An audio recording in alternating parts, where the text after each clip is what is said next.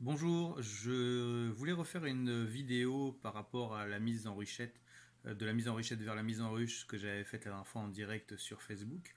En fait, le problème c'est qu'avec la météo, il y avait beaucoup de vent et donc on ne comprend pas toujours et la vidéo est très longue. Donc je vais essayer de raccourcir la vidéo, de mettre ma voix par-dessus et comme ça de faire un petit cours de quelques minutes juste pour expliquer ce principe et quelques détails des bases en fait qui permettent d'éviter quelques erreurs. Voilà.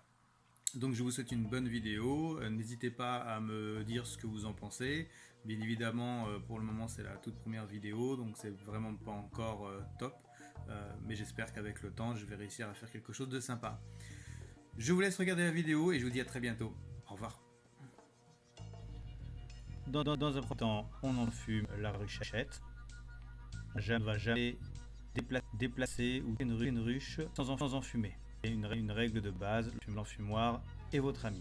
On déplace donc la ruchette pour faire place à notre ruche finale ici.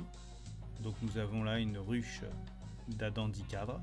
On enfume entre les deux cadres qui sont le plus à l'extrémité, donc là sur votre gauche, pour faire descendre la reine, car elle peut se trouver entre ces cadres, et le danger est que lorsque vous allez lever le cadre, vous pinciez la reine et la tuez.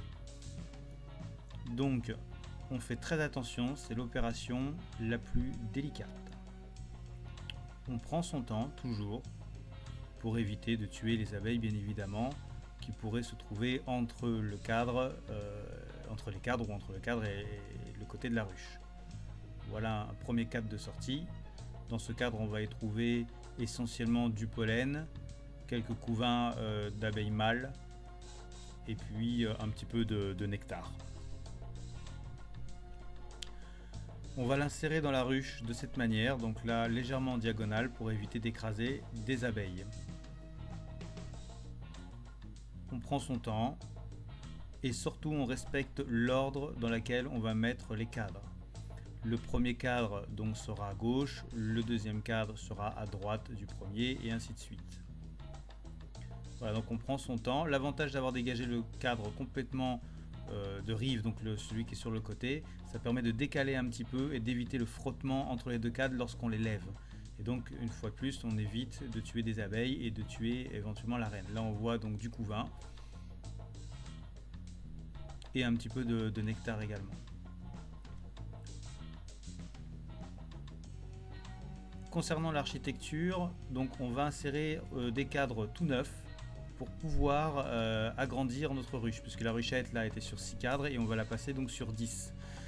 Alors là sur l'image, on peut voir complètement à gauche un cadre bâti qui est sorti de la ruchette, et à droite j'ai posé un cadre neuf.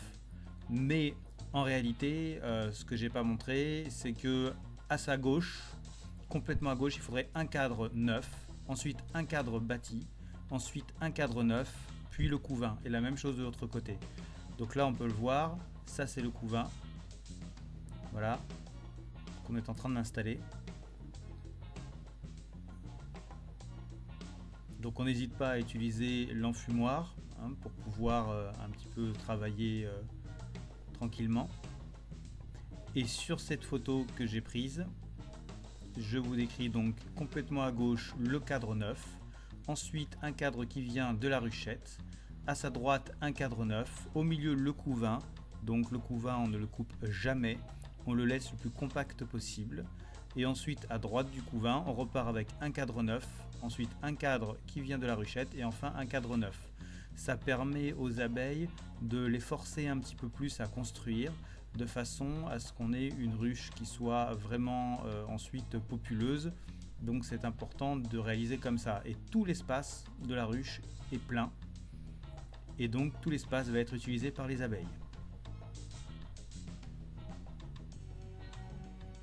Ensuite on récupère les quelques abeilles qui sont restées dans la ruchette, donc moi je les ai transvasées dans le toit de la ruchette, et ensuite voilà, on les secoue tranquillement au-dessus de la ruche. On travaille toujours au-dessus d'une ruche, comme ça si quelquefois il y avait la reine dedans, elle retombera dans la ruchette ou dans la ruche, mais on ne la perdra pas par terre dans l'herbe.